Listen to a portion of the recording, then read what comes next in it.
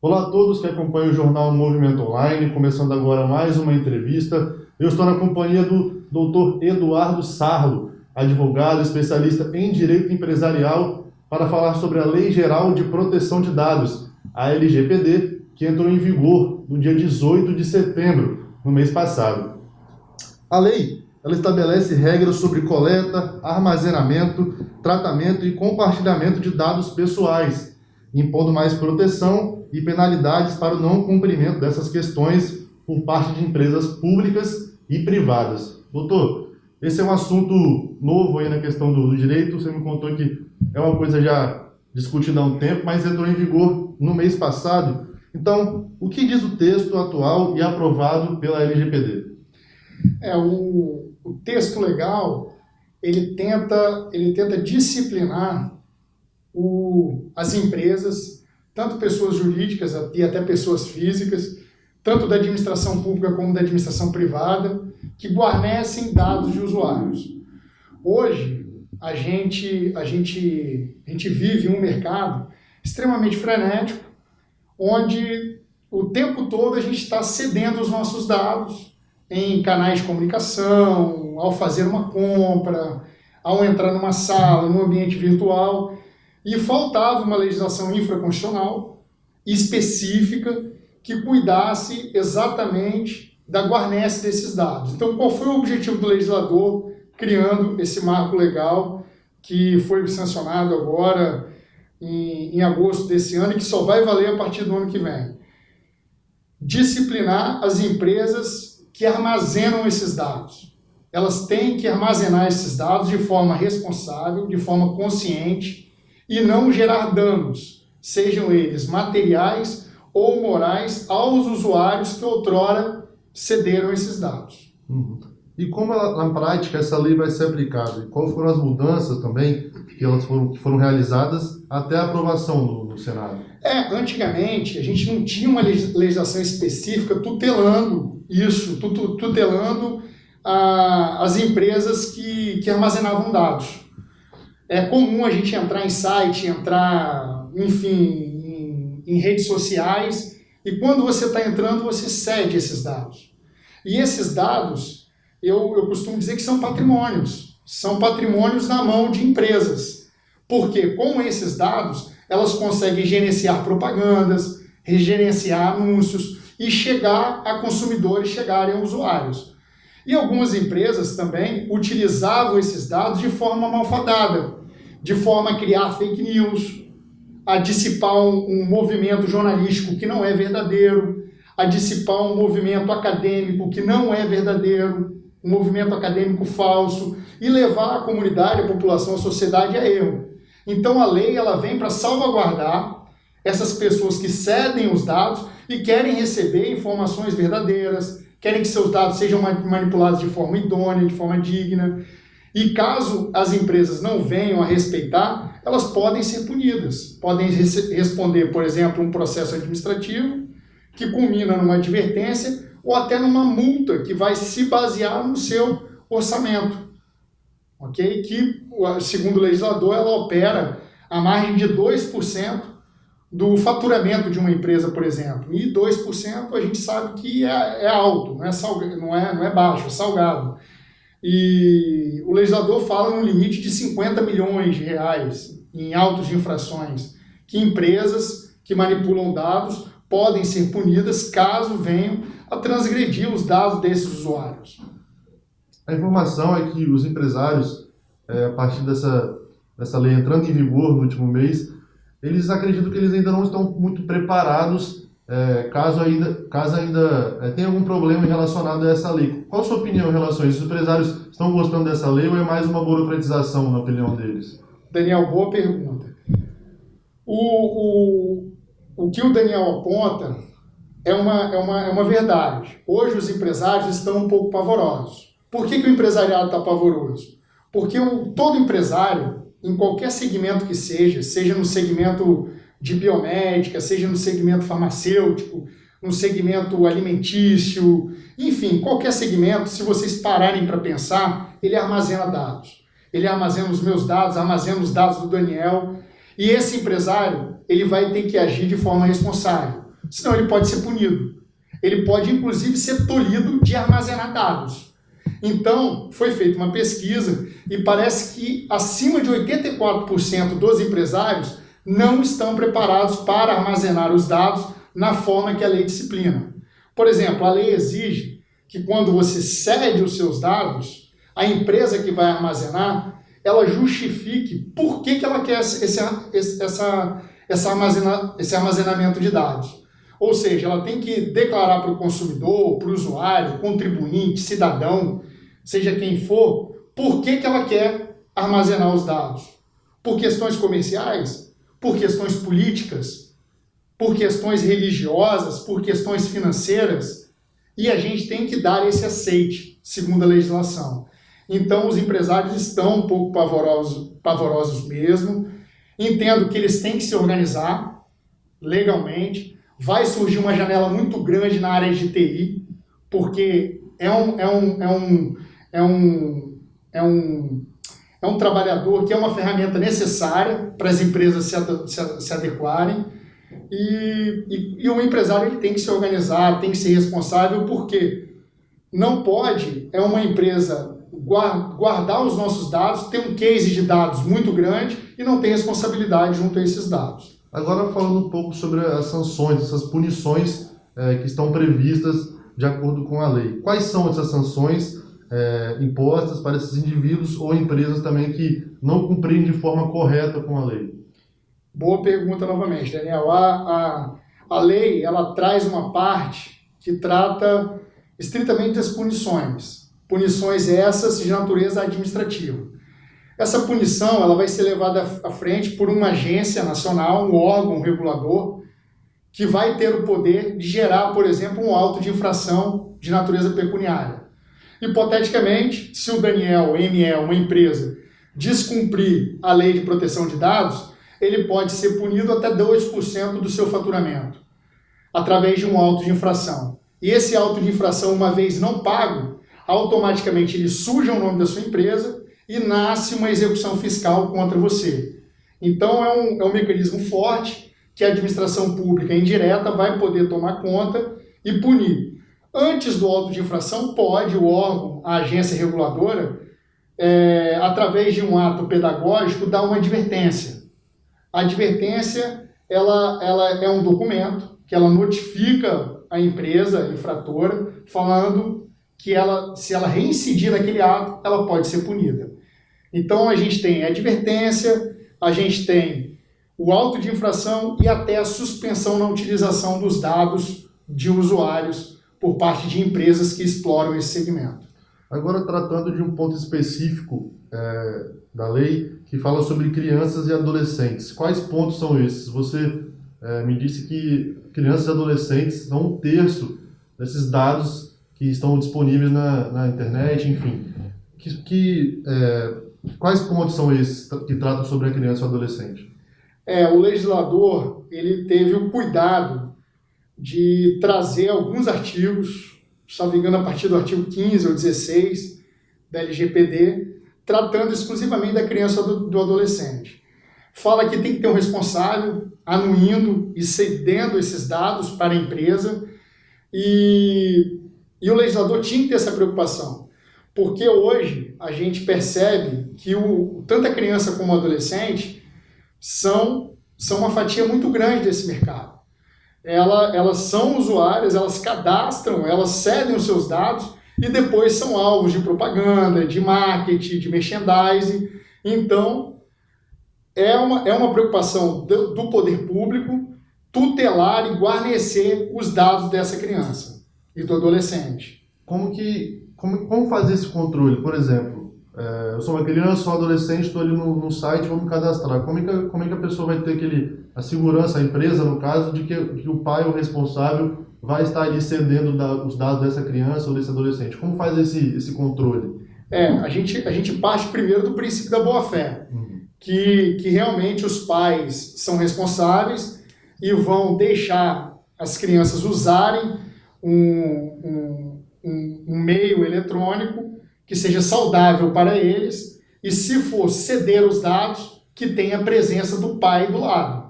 e o pai vai autorizar a acessão dos dados da criança e do adolescente, e aquilo vai ter um certificado digital, onde vai se atestar que a criança ou adolescente, naquele momento que está cedendo os dados, está ao lado dos seus representantes legais, os pais, no caso, ou padrasto, ou curadores, né, que estão responsáveis pelas crianças. Óbvio que, eventualmente, o pai pode ser ludibriado pela criança ou pelo adolescente e a empresa ser lesada com isso. Mas é responsabilidade da empresa ter essa cautela. Então, a empresa ela tem que desenvolver ferramentas de TI para fazer com que os adolescentes e as crianças não ludibriem a empresa. Ou seja, que os pais tenham segurança que quando eles forem ceder os dados, eles estejam ao lado dos seus filhos. Agora, em questão do debate sobre a lei aqui no Brasil. Como eu falei, a lei entrou em vigor no dia 18 de setembro do mês passado, mas ainda não está valendo, só passa a valer no ano que vem. Como que está o debate em torno dessa lei aqui no Brasil, no âmbito jurídico? O debate está bem caloroso, e pelo que eu sinto, o empresariado ele não tem interesse que a lei entre em vigor tão rápido. Tanto que a gente está dependendo ainda para a lei entrar em vigor, que o presidente da República ele cria essa agência reguladora, que vai ter um presidente, um vice-presidente e vários conselheiros ali para gerir e colocar essa lei dentro de um plano de eficácia. Porque hoje a lei existe, ela foi publicada, foi sancionada pelo presidente da República, só que ela não tem como ser aplicada, porque não existe um órgão ainda para fazer valer essa lei. Você, como advogado, como especialista em direito empresarial, doutor Eduardo, você acha que ainda há pautas a serem aperfeiçoadas dentro da lei? Acho sim. Penso que a lei ela deixou um pouco a desejar no que afeta a criança e adolescente. Ela poderia ter um tratamento maior, mais amplo. O tratamento foi muito raso, tendo em vista a quantidade de usuários. Entendo também que na parte que você perguntou, que afeta os autos de infrações, a lei poderia ter um tratamento mais amplo. E penso também que a lei ela deixou a desejar no que falta ao tratamento de dados por parte da própria administração pública. Porque imagine o seguinte, toda administração pública ela guarnece os nossos dados, ora como contribuintes, ora como usuários, ora como cidadão, e que quem está à frente do Poder Executivo ou Legislativo e até do Judiciário, ele tem muito poder nisso, porque ele guarnece todos os nossos dados.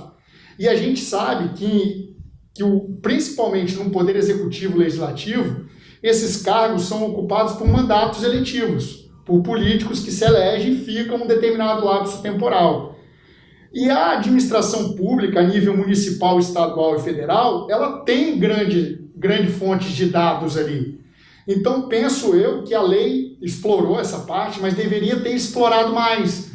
Porque um município, por exemplo, ou um estado, ele tem uma alavanca de dados muito grande. E dados, hoje em dia, como eu disse no início, é uma ferramenta financeira, é uma ferramenta muito poderosa. Porque quando esse político ele sair do poder e se imergir dentro da política para se eleger em outro cargo, ele pode ter um case de dados muito grande, frente aos outros parlamentares, frente aos outros chefes do Poder Executivo. Então, ao meu ver, essa lei ela tinha que contemplar também o controle de dados pela própria administração pública, e não só da iniciativa privada. Ótimo, a lei é um marco divisor, entendo que essa lei pode ser um marco divisor, assim como foi o Código de Defesa do Consumidor. Era carente a nossa sociedade de uma lei como essa. Eu aplaudo o Congresso Nacional de ter sancionado esse mecanismo legal, mas cabe alguns ajustes e eu tenho sim algumas críticas como essa em face desse mecanismo legal. Como eu falei, a lei está em vigor, mas ela ainda pode sofrer alguma mudança ou não? Quando ela passar a valer, ela vai passar a valer do jeito que ela foi sancionada pelo Congresso, correto? Ou ela pode ainda sofrer alguma alteração, se foram ouvidos, a categoria foi ouvida em relação a essas mudanças, você tem uma opinião, outro colega pode ter outra, outro pode ter outra. Vocês foram ouvidos, eles escutaram a categoria em relação a esses pedidos? Olha, houve um amplo debate. Essa lei ela vem se degradando no Congresso Nacional há aproximadamente 10 anos. Alguém poderia até falar, olha, o que Eduardo Sarro está falando agora é tardio. Eu não ficaria chateado com esse comentário, até porque houve sim um amplo debate de aproximadamente 10 anos, ela teria que vir à tona. Mas a gente sabe que a lei ela nasce para tutelar relações na sociedade. E a sociedade ela evolui muito rápido. O que era necessidade há 10 anos atrás, hoje já mudou. Hoje, por exemplo, uma campanha eleitoral ela se faz por meio de WhatsApp. Há 10 anos atrás não se pensava nisso. Então, hoje, uma campanha eleitoral forte, com uma base de dados riquíssima, isso não era pensado há 10 anos atrás. Então, pode-se haver emendas a essa lei, mas tem que passar pelas duas casas do Congresso Nacional, ou pode vir por meio de medida provisória, que depois se converte em lei. Então, certamente se falta alguns ajustes e vai faltar um ano que vem, porque quando ela entrar em vigor o ano que vem, certamente já surgiram novas tecnologias, novos formatos digitais que não estão contemplados por essa lei. Você citou um ponto interessante, doutor, que é a questão do processo eleitoral, mas não vou falar especificamente disso, mas trazendo para a discussão da lei sobre as questões das fake news. A gente vê essa onda muito forte aí desde as últimas eleições de 2018, agora nas eleições municipais. Assim, você acha que é possível que essas pessoas, esses autores dessas fake news, de alguma forma elas podem se esquivar de não ter seus dados expostos com essa lei passando a valer? E pode ser o contrário também. A gente pode pensar o contrário. Excelente comentário. Porque a lei, essa lei pode ser uma ferramenta de achar os autores das fake news. Porque quando eles cedem os dados, eles declaram também o IP do computador, da onde que vem aquela informação. Então, a fake news, que é uma doença crônica na internet, nos meios de comunicação, que afeta o bom jornalismo e também uma boa política, ela pode ser tutelada e pode sofrer as amargas dessa lei. Principalmente empresas que se valerem disso. De, por exemplo, ter uma determinada empresa que tem um case de dados enorme, valiosíssimo, e cede para uma empresa malfadada circular uma fake news absolutamente teratológica. Então, essa empresa pode sofrer os rigores dessa lei, entendeu? Uhum. Há também algum certo tipo de punição para essas pessoas em específico, pessoa física, na lei? Olha, se a gente interpretar de forma simétrica, tanto a pessoa física como a jurídica pode ser punida. Não há problema nenhum. Quem tem CPF, pessoa física pode ser punido. Quem tem CNPJ, pessoa jurídica pode ser punido. E a lei, ela fala do estado natural, ela fala do sujeito natural. Esse sujeito natural pode ser uma pessoa física ou uma pessoa jurídica. A gente pode interpretar nessa linha. Então, eu não posso admitir que o malfeitor, pessoa física, não seja punido. Ele tem que ser punido também. Então, a pessoa não precisa estar ligada a algum tipo de empresa. Exato. Não precisa. Só sendo uma pessoa física, ela pode sim ser punida por ter seus dados. Sim, e também por guardar os dados de forma leviana de alguém, ou ceder os dados de forma leviana para alguém. Porque o grande desafio da administração pública, e acredito eu que o grande desafio do legislador, foi de preservar a segurança dos dados na mão de alguma pessoa que pode utilizar aquilo de forma leviana. Por exemplo, uma mega empresa que tem lá 180 milhões de pessoas cadastradas. Se essa empresa cede os dados para uma pessoa utilizar de forma malfadada, ela pode ser punida, de acordo com a lei. Então, o mecanismo legal ele serve para proteger os dados dos usuários que se cadastram e depois esses dados vão circular na internet, vão circular no meio virtual, porque dados é como se fosse um dinheiro, como se fosse um patrimônio financeiro. Tem gente, por exemplo, que antigamente vendia seguidores de Instagram, vendia esses seguidores de Facebook. Por que essas vendas ocorriam?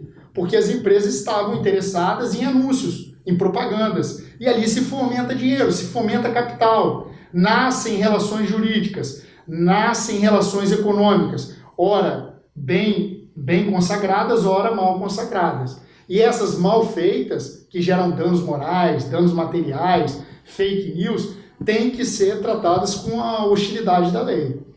Doutor Eduardo, então eu acho que é isso, um debate excelente. Como eu falei, ainda é um assunto um pouco desconhecido, não talvez para o âmbito jurídico, mas para a população saber que quando essa lei realmente passar a valer, você pode entrar na justiça caso seus dados sejam revelados, sejam usados de forma incorreta. Então, novamente, doutor Eduardo, muito obrigado por nos receber aqui em seu escritório, a equipe do Movimento Online agradece muito e, novamente, muito obrigado aí. Obrigado, estamos à disposição. Muito obrigado. Então, galera, essa foi mais uma entrevista do Movimento Online e até a próxima.